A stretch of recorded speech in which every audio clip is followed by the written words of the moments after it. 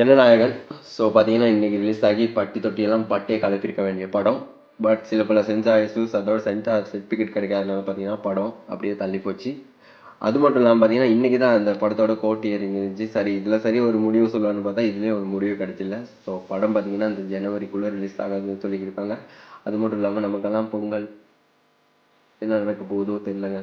இந்த பொங்கல் சரி தளபதி படத்தோட ஸ்டார்ட்டோட வேற லெவலில் கொண்டாடலாம்னு நினச்சோம். கடைசி படத்தை சரி அந்த மனுஷனுக்கு ஒரு நல்ல ஃபேவரெலாம் கொடுத்து நல்ல ஒரு இந்த படத்தை பிக் ஹிட் ஆகி அந்த மனுஷனை ஒரு நல்ல வழியில் அனுப்பி வைப்போம்னு பார்த்தா இவங்க விட மாட்டாங்க போல.